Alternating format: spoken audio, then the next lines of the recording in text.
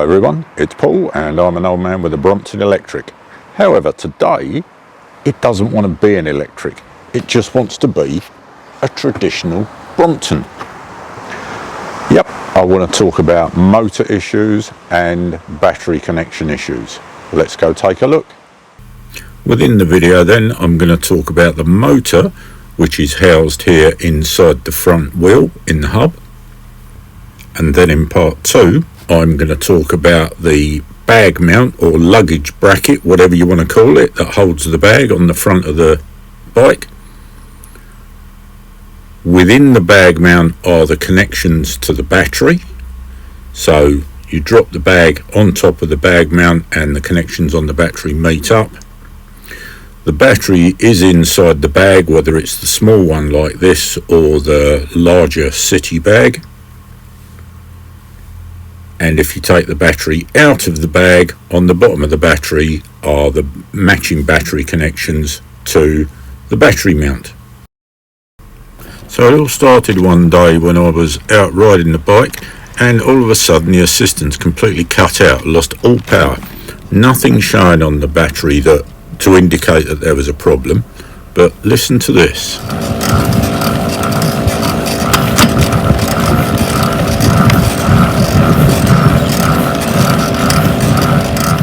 Just to be clear, because there's a couple of noises going on here, it's the low growling sound, the continuous growling sound that I'm talking about. The creaking is actually the Brook saddle, which is still wearing itself in at this point.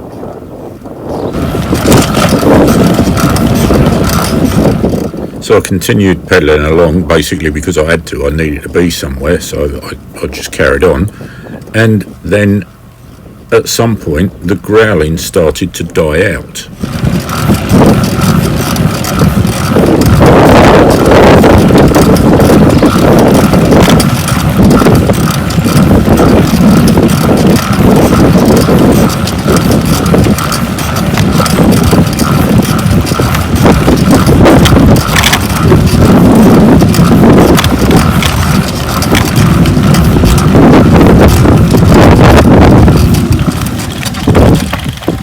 So eventually I stopped and restarted the power. I'd seen or read online somewhere about a reset procedure that basically involved turning it off, turning it back on and cycling through the 3 different power levels a couple of times, which I did, but it made absolutely no effect.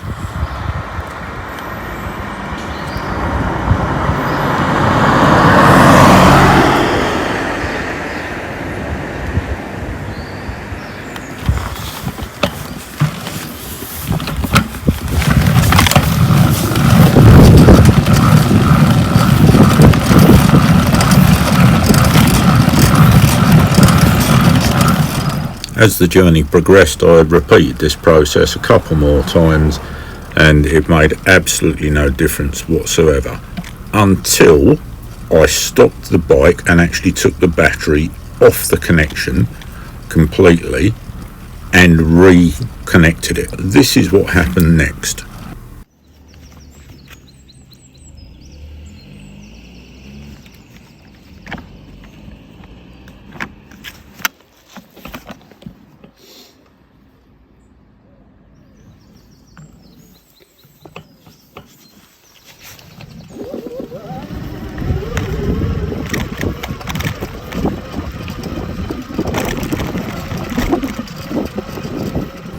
And off we go. Suddenly everything's fine and dandy, all is right with the world, except it isn't. It worked this once, and it worked repeatedly until I washed it again. I'm going to cut to some footage of me out and about on it since I've had it all fixed, because it does now work perfectly well and it's fine, and I've done a lot of miles on it, so I just want to prove to you that it does work and it is fixable. And it's a lot more interesting watching that while I explain things than it is watching a battery shaking about and lights flashing on and off. From the beginning then, I noted that I'd got the occasional problem where it would lose drive. With those situations, the LEDs would flash like an error code and I figured out that was something to do with the battery disconnection where I'd gone over a bump. That's dealt with in part 2 of the video. The occurrence that you just saw was probably about 80 miles in, and it was the day after I washed it. I'd read various bits of information in the manual and online, and I'd seen bits of video, especially the Brilliant Bikes video on how to wash your bike, and so I was very careful not to use a pressure washer, steam cleaner, high pressure hose or anything and get water in the electrics. So I washed it off. I did use a hose, low pressure hose, just washed it over things like the frame and the tyres and stuff like that. Cleaned it off with a sponge, etc, etc. Dried it off, put it away, and the next day is what you just saw in the video. So I emailed Mike at Brilliant Bikes, he's the mechanic there, just to sort of let him know what had happened and asked him his advice. But as I say, after the event, it worked fine, and it worked all right for the next week or so. I checked it and no reoccurrences. It was due up for a service, so I took it in and he stuck it on some kind of diagnostic machine, took some information out of it and said yes, it had got a lot of error codes on it, but he couldn't find anything intrinsically wrong with it. It was all functioning okay. He took it out for a ride himself. I know this because I was sat out in the car park and I saw him ride past me, and it performed perfectly okay. So we said, right, okay, I'll take it away. He finished the service and I rode it for the next week or two, and it was fine, probably a couple of weeks. It then reached the point where I really needed to clean it again. I was nervous about this, so no hose, no nothing, just a bucket and sponge, a brush and a cloth. Cleaned it very, very carefully and dried it off afterwards, and the next day, same thing. No drive, this time no growling sound, no sound out of the motor system whatsoever. It just did not work. It all lit up as it should do, exactly as you saw in the previous bit of video, but nothing functioned whatsoever. I gave it another day to dry out, tried it again, still didn't work. Gave it another day, tried it again, still didn't work. Got in touch with Brilliant Bikes, spoke to Mike again and said, look, gonna have to bring it in. And he said, yep, okay, bring it down. We'll replace the motor and control unit. When they replace the motor, they do the control unit at the same time. I'm not sure if they do the complete mount bracket or just the innards, don't really care. But they replaced the two as a pair. So I booked it in, took it down there, and he swapped it all out. Took about, a couple of hours, I guess. Did it while I waited because I booked it in advance. Everything fantastic. And once it was done, it was all perfectly good. But while I was there, Mike brought out the old wheel that he'd taken off, and he was holding it by the axle. And he said, spin the wheel. And okay, spun the wheel, and it sounded absolutely horrible. He said it should virtually make no noise at all, and yet the noise it made was it sounded like the bearings and the motor were full of sand. It was just this horrible grinding sound. And the only thing we could conclude was that there must have been a seal or two seals or something missing that stopped dirt and muck from getting inside the hub unit. As a result of that, where I'd washed it and where I'd been out in the rain, etc., etc., the dirt had got washed into the bearings, and equally water had got into the motor, and we assume that's what had gone wrong with it, and that's why it had failed. The first time it had dried out enough to recover from it. The second time it didn't recover, and that's why I had it replaced. This is all now probably 3 or 4 months ago, and a few more 100 miles or so ago, and it hasn't faulted since. I have washed it since. I am very careful when I wash it. I don't use a hose. Mike did assure me you shouldn't have to not use a hose. He said don't pressure wash it.